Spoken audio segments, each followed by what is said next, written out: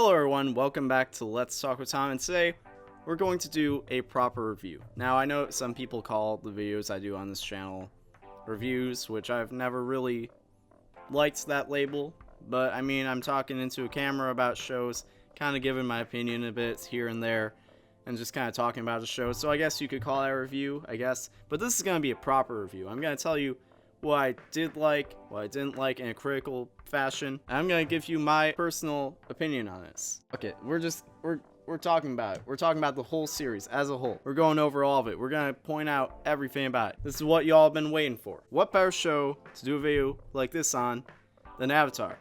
And not just The Last Airbender, Legend of Korra too. We're doing the whole universe.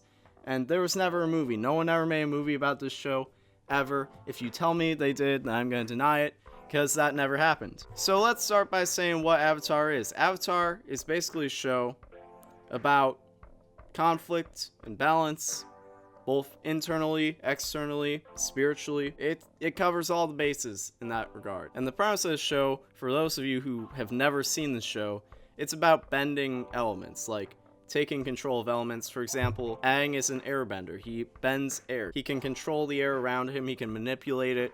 Same thing with water bending. You can manipulate water. Fire, you can control fire.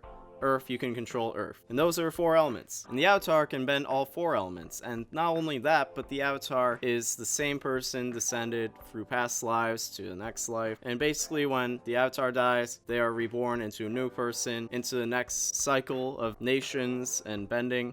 For example, Aang was an airbender, and then he died, and then Korra was born, and she was a waterbender of the water tribe. Then when Korra dies, the next Avatar will be an earthbender, and then firebender, and then the cycle goes on. So that's basically the idea. And the Avatar lives in a world full of people who can bend one element if they can, and some people just can't bend at all. So the Avatar is the only person in the world who can bend all 4. So that's why the Avatar is so special, and also because the Avatar is the bridge between the physical world and the spirit world. So now that we've covered that, I'm gonna move into actually saying how I feel about this show. Now, there are a lot of great things I can say about this show, so I'm gonna just start with the cons to get them out of the way. And my first problem is the fact that the pacing of Avatar: Last Airbender is really slow, at first at least. Like, it picks up as the show goes on, but at the beginning, it was really slow. My theory on why that is because Nickelodeon was really pushing this show as like a big show, and there were a lot of one-off episodes, and I have a feeling that's because they wanted to be able to rerun the show throughout the day, and they didn't want to have a lot of plot episodes where if you just jump in, you're not gonna understand what's going on. Kind of like with Steven Universe. People hate the Beach City episodes, but honestly, if I'm a Cartoon Network executive putting together a schedule, and I want to put Steven Universe on the schedule as a rerun, I'm not gonna pick the episode after Jailbreak, because people are gonna be like, yo, what the fuck happened? Like, y'all talking about this shit that just happened, I have no idea. You're probably gonna put up like a Beach City episode, because like, that's easy to follow. And the same thing can be applied to the first season of Avatar, because if you're watching through it one by one, each episode, it gets kinda, it's kinda easy to lose interest, because there's so many one-off episodes. But like I said, it gets better as the series goes on, and I would say by Korra, they kind of pin down the pacing they want to go with. With Korra, almost every episode is progressing the plot in some way, whereas with The Last Airbender, it's like, oh, we're in a canyon now.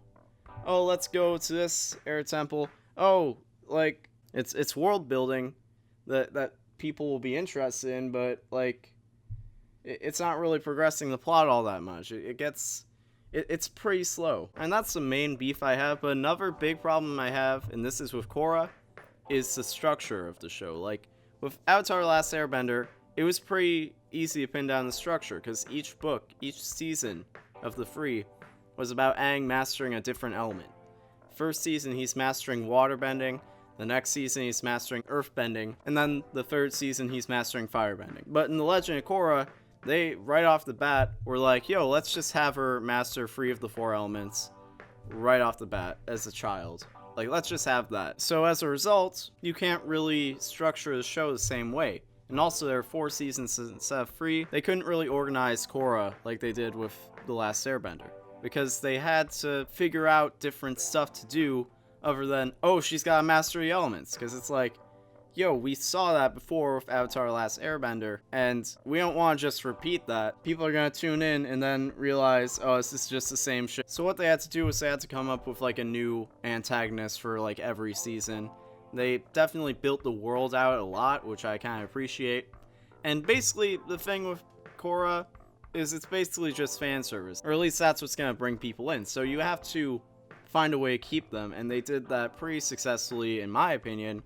Depends on who you ask, of creating an interesting story that makes people want to watch. And I would say they did it pretty successfully, but my main problem is the fact that the main villains seem kind of out of order. Like, the first season you have Amon, and that's good, you know, like, you got a dude who's terrorizing Republic City. It's like, alright, that's like, you know, friendly neighborhood Avatar taking care of the bad guy. Alright, that's a good way to start off. But then they go straight from that into, this guy is threatening the state of both the physical and spiritual worlds. Like, that's too much to put on the line in the second season, in my opinion. Like, you just, like, you took a huge leap from local neighborhood Avatar to the world is on the line. Not only our world, but the spirit world too. Like, everything is on the line. Existence as we know it is on your shoulders. Like, that's too much too soon. And then the next season, they don't even step it up, really. They just kind of bring in the evil bending Avengers. It was good, but, like, it seems kind of like they went up here, like, they hit the ceiling in the second season, and then they couldn't get past that. Then they go from evil Avengers to military leader of the Earth Kingdom goes power crazy. It feels off, you know what I mean? Like, it feels like they did too much too soon. And then they didn't really know where to go. Like, I liked it. I enjoyed watching it. I was definitely intrigued. But you kind of, like, that's the main problem with Korra, is the fact that they do things and they don't really think about it. They don't really think about the long term. It seems like really short term. For example, at the end of season 1 for Legend of Korra, they had Amon take away her bending. And then in the same episode, she gets her bending back. Like, you're not gonna see the consequences for that. I mean, they kind of went into it with season 4, where she had to emotionally suffer the consequences of everything bad that has happened to her in the series so far, but at the time, it's like, all these bad things happen, and then it's just like, oh, it's gone. Like, that was a really bad thing, but in the same episode, they retcon it. Like, it's like they build stuff up to be like, this is the worst possible scenario. And then the worst possible scenario happens, and that's like, oh, never mind, it's all good. It's fine. It's cool. Like, there's nothing bad's happening here. But, like, now we've gone through the negatives, let's go into the positives, alright? Let's start with Avatar Last Airbender. These characters, the characters. I mean, at first, most of them are kind of annoying, I'm gonna be honest. But over time, it's like you learn to love every single character in this show. At least the protagonists, like the bad guys, the antagonists, like, you hate them.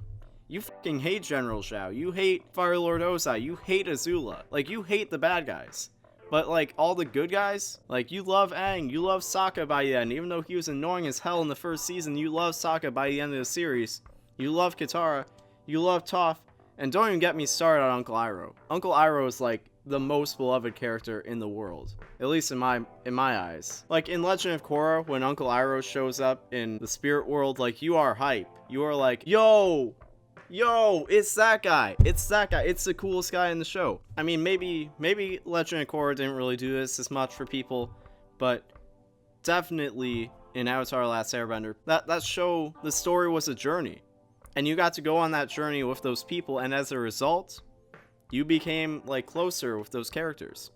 You had, like, a personal connection with the characters because you saw everything that they went through. You saw them develop. Not only that, but the build-up from the beginning of Avatar Last Airbender to the very end was great. And honestly, I mean, I think it was great, the fact that they ended it the way they did. I'm not gonna say how they ended it, but, like, they kind of weaseled their way out of a difficult situation with Aang and his morality.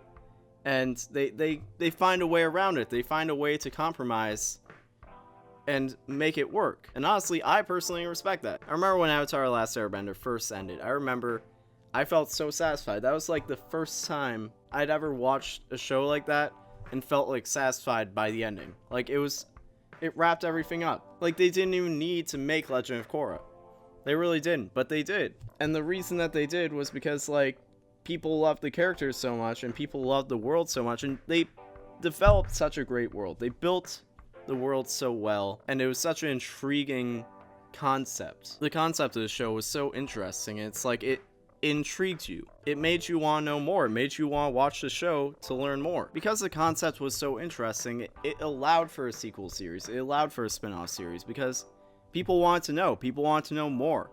And like, can I just say for a second? Can I just say real quick?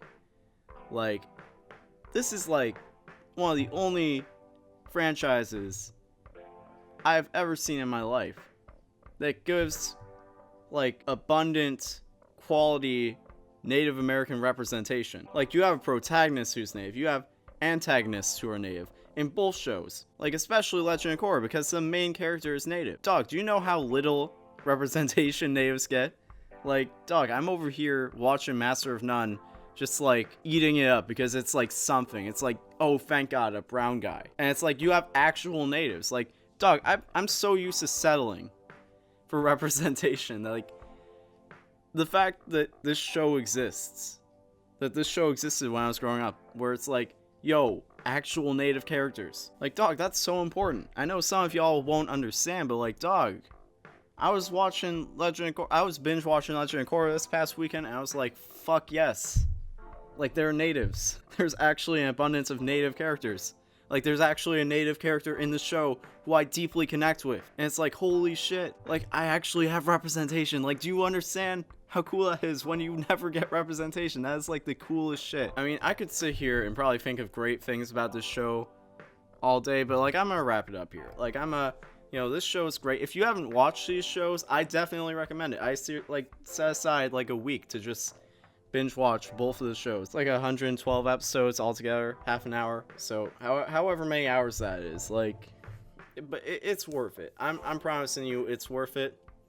Like, go and watch it. If you haven't watched it yet, just go see for yourself. Thank you for watching Let's Talk with Tom on the Roundtable, but Tom isn't just on the Roundtable. I have my own self-titled personal channel. I have a Twitter, I have an Instagram, I have a Snapchat, I have all that good stuff. In fact, I even have a Tumblr.